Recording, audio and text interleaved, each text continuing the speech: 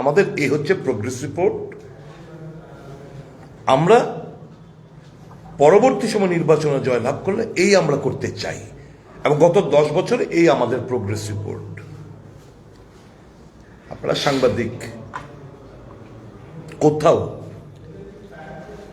কোথাও মোদী সরকারের তরফ থেকে, বিজেপির তরফ থেকে তাদের এই 10 বছরের প্রোগ্রেস রিপোর্ট কি ভারতবর্ষের জনগণের সামনে রাখতে পেরেছেন?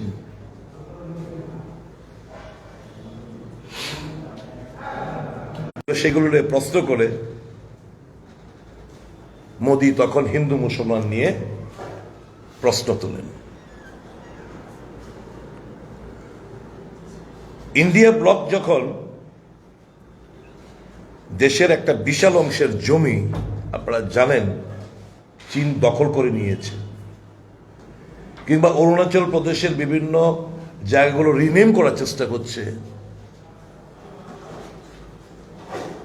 তখন মোদি ইন্ডিয়া পাকিস্তান নিয়ে কথাবার্তা বলে। লজ্জায় আমরা মাথা হেট হয়ে যায়। কালকেও বলেছি, যখন মিডিয়ার 167-এ স্বাধীনভাবে যে মিডিয়া কাজ করার র্যাঙ্কিং, এই জায়গা আরো নিচে নেমে গেছে, 167 জায়গায় গিয়ে ঠেকেছে। স্বাভাবিকভাবেই প্রশ্ন তো শুরু করে যে গণতন্ত্র আজকে বিপন্ন এই দেশে। চারিদিকে আজকে কিছুদিন আগে আমরা আজকালকে যখন গেলাম, কিছুদিন আগে যে করে পাঠিয়েছে, এবং আগামী দিন রাজ্যের মানুষের স্বার্থে পার্লামেন্টে যদি মানুষ একে পাঠানো হয়, কি অবস্থা ভাবনা সাইন্টিফিক হবে। আমরা এদেরকে মিডিয়েভাল যুগে আমরা নিয়ে যাচ্ছি আমাদের দেশটাকে। তাই করোনার সময় তাই তো তাদের চিন্তাধারা তো হবেন, ওই কালচার আবার ওনার আগমনে আবার ফিরে এসছে। কালকে আমাদের ইন্ডিয়া ব্লকের কিছু 50টা ফ্ল্যাক্স, কারণ আমরা এর বেশি 50টা ফ্ল্যাক্স বামুটিয়াতে আমরা পাঠিয়েছি একটা গাড়ি করে, কমলভবন থেকে একটা গাড়ি ভাড়া করে 5-7টা বাইক এসে বামুটিয়া এলাকার মধ্যে রাস্তা ব্লকেট করে গাড়িটা শুদ্ধ হাইজেক করে নিয়ে গিয়ে সবগুলো ফ্ল্যাক্স পুড়িয়ে দেওয়া হলো। পুলিশ গিয়ে পরবর্তী সময় গাড়িটা উদ্ধার করে এনেছে, কিন্তু ততক্ষণ 50টা ফ্ল্যাক্স লাগানো, ফিটিং করা ফ্ল্যাক্স ফ্রেম সহ পুড়িয়ে দেওয়া, ছালকাল করে দেওয়া হয়েছে। এফআইআর হলো। এই আসার আগে আমি আরো সঙ্গে কথাবার্তা বললাম, যদি উনি আশ্বস্ত করেছেন স্যার আজকে আমাদের অ্যাকশন হোক, কিন্তু কেন এই বিলম্ব কেন? আমি বললাম আরো স্যার, এই যদি this is the trend, if you cannot afford to induce fear psychosis in the mind of anti-social, how do you run the election? तो बोलो सर हम लोग कर रहे हैं सर, देखिए आज तक कार्रवाई हो जाएगा। তো আমি এপিল করব ইলেকশন কমিশনের কাছে, যারা এখানকার ত্রিপুরার দায়িত্বপ্রাপ্ত রয়েছেন, right from CO to SP to returning officer to all police officers, please ensure যে মানুষের গণতান্ত্রিক অধিকার যাতে তারা এক্সারসাইজ করতে পারে। ফ্রি অ্যান্ড ফেয়ার ইলেকশন, ত্রিপুরার যে সুনাম, যে ভোট মানে উৎসব, গণতন্ত্রের একটা উৎসব, সেদিনকে পার্টিসিপেট করতে পারে 19 এবং 26। একটা অ্যাটমসফিয়ার যাতে ভালো থাকে, মানুষ যাতে সেই যে লস্ট কনফিডেন্স রিগেন করতে পারে পুলিশ প্রশাসন ওর উপর, ইলেকশন কমিশনের উপর, যে হ্যাঁ এবার অবাধে গিয়ে আমরা ভোট প্রদান করতে পারবো, নির্ভয়ে যাব, ভোট প্রদান করতে পারবো, সেদিকে যেন সজাগ দৃষ্টি রাখে। এটুকু এপিল আমি করবো নির্বাচন কমিশনের আধিকারিক এবং পুলিশ আধিকারিকদের কাছে। We do not want to lodge unnecessary complain against the officials, because we know we don't feel like doing so, because we don't want to and we don't want that their career should be black spotted. We do not want that. Plus please do not compel us, please do not compel us to do so. You are in the chair, you are in the position, you are the public servants, you have to ensure that the common public সেই atmosphere, সে বাতাবরণ ফিরে পায়, যাতে করে vote কেন্দ্রে গিয়ে vote প্রদান করতে পারে। That is what democracy stands for, and that is the reason রাষ্ট্রসংঘ সহ অন্যান্য দেশগুলো আজকে যে কমেন্ট করতে শুরু করেছে, বিকজ দে অ্যাপ্রিহেন্ড যে ছলা কলা শুরু হয়েছে এই ভোটটাকে লুট করার জন্য। That is the concern of not only of United states but for many countries. That is, এটা আমাদের মাথা হেট হয়ে যায়, এরকম পরিস্থিতি যেন তৈরি না হয়। আমরা আমাদের বিশ্বাস জনসাধারণের উপর, জনসাধারণ ব্যাপকভাবে এই স্বৈরাচারী বিজেপিকে দেশ জুড়ে এবার একটা উচিত শিক্ষা দেবে। এটুকু আমার বক্তব্য, বাকিটা জিতেন বাবু আপনাদের সঙ্গে। প্রথমে আমি অ্যাপোলজি চাইছি, আসলে খুব ভুল হওয়াতে সবাইকে মেসেজটা দেওয়া হয়েছে। আসলে আমি রুম বুক করতে বলেছিলাম, ও ভেবেছে বোধ হয় সামনে সফল করার জন্য। এনিওয়ে, আমি ধন্যবাদ জানাচ্ছি, এত শর্ট টাইমেও খবর পেয়ে আপনারা এসছেন। এটা আপনাদের মিডিয়া আমাদের ত্রিপুরার যে কত রেসপন্সিভ তারই প্রতিফলন। যাই হোক, আমি জাস্ট কয়েকটা কথা সাপ্লিমেন্ট করব। একটা এই নির্বাচনী সংক্রান্ত, আর নির্বাচনের বাইরেও আরেকটা জিনিস যেটা সাংঘাতিকভাবে গুরুতর আমাদের রাজ্যের চলতি এই সময়ের জন্য। প্রথমত হলো যে শাসক দল তাদের ছোট বড় বিভিন্ন কর্মসূচিতে, বিভিন্ন সভাতে বলছে বিভিন্ন জামানত জব্দ হবে, তাদের খুঁজে পাওয়া যাবে না, মিউজিয়ামে রাখতে হবে। ঠিক আছে, এই সমস্ত শব্দ ব্যবহার করে তারা জনগণকে একটু, তাদের সমর্থকদেরকে অক্সিজেন দিতে চান, এতে করে যদি ভালো হয় তো আমাদের আর কোনো আপত্তি নেই। কিন্তু গত 28 তারিখে আর গতকাল দুটি কেন্দ্রে আমাদের ইন্ডিয়া জোটের যে প্রার্থীদের মনোনয়ন, আমরা কৃতজ্ঞ। আপনারা প্রায় সব চ্যানেল পজিটিভ খবর করেছেন, অর্থাৎ বাস্তবটা তুলে ধরেছেন।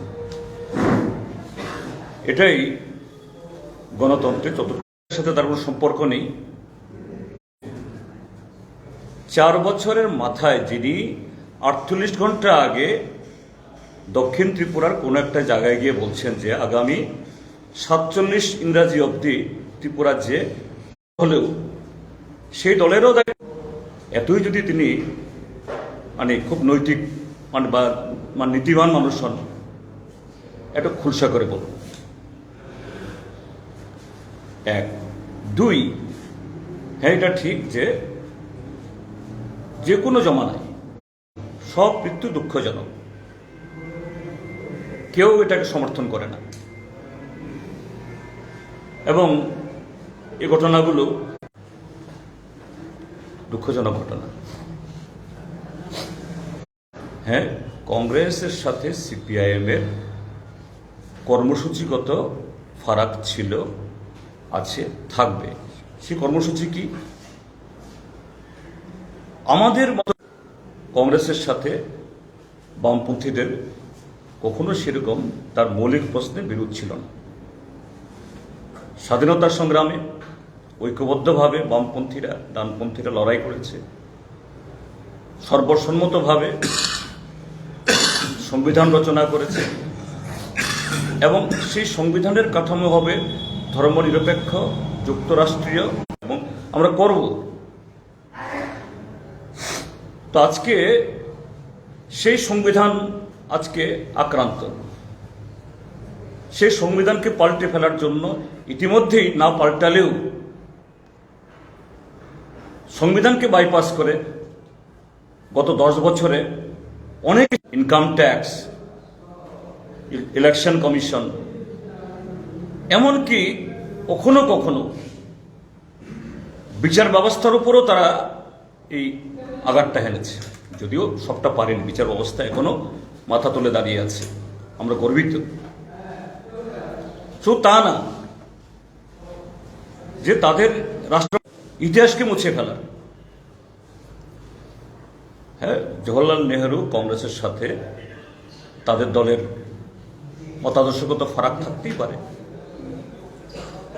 কিন্তু জওহরলাল নেহেরুর ছবি এরকম কোন জাতীয় এরকম ইমারত থেকে সরিয়ে ফেলা,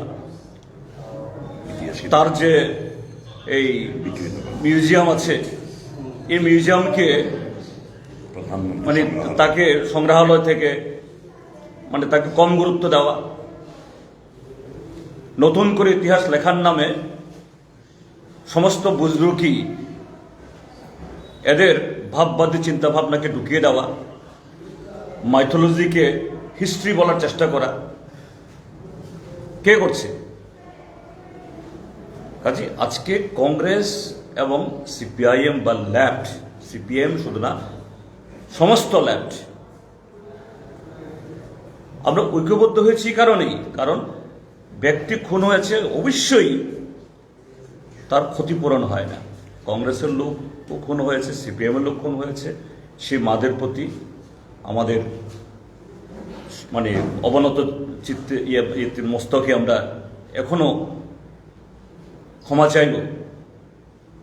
কিন্তু আজকে গণতন্ত্রটাকে খুন করছে এরা। হ্যাঁ, ব্যক্তি খুন না, আছে গণতন্ত্র খুন। গণতন্ত্র খুন হলে পরে শুধু ব্যক্তি খুন হবে না, প্রজন্ম খুন হবে। প্রজন্ম বিজেপিতে এরাই তাদের কেউ কেটা।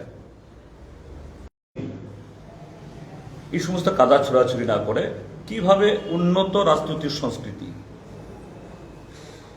যেমন মুখ্যমন্ত্রী একটা কথা বলেন, মোদিজির চিন্তাকে আমরা বাস্তবায়িত করব, এটা তো কোনো আপত্তি নেই। হ্যাঁ, স্বাভাবিক, এদের চিন্তা তো মোদি চিন্তা তার কিছু নেই।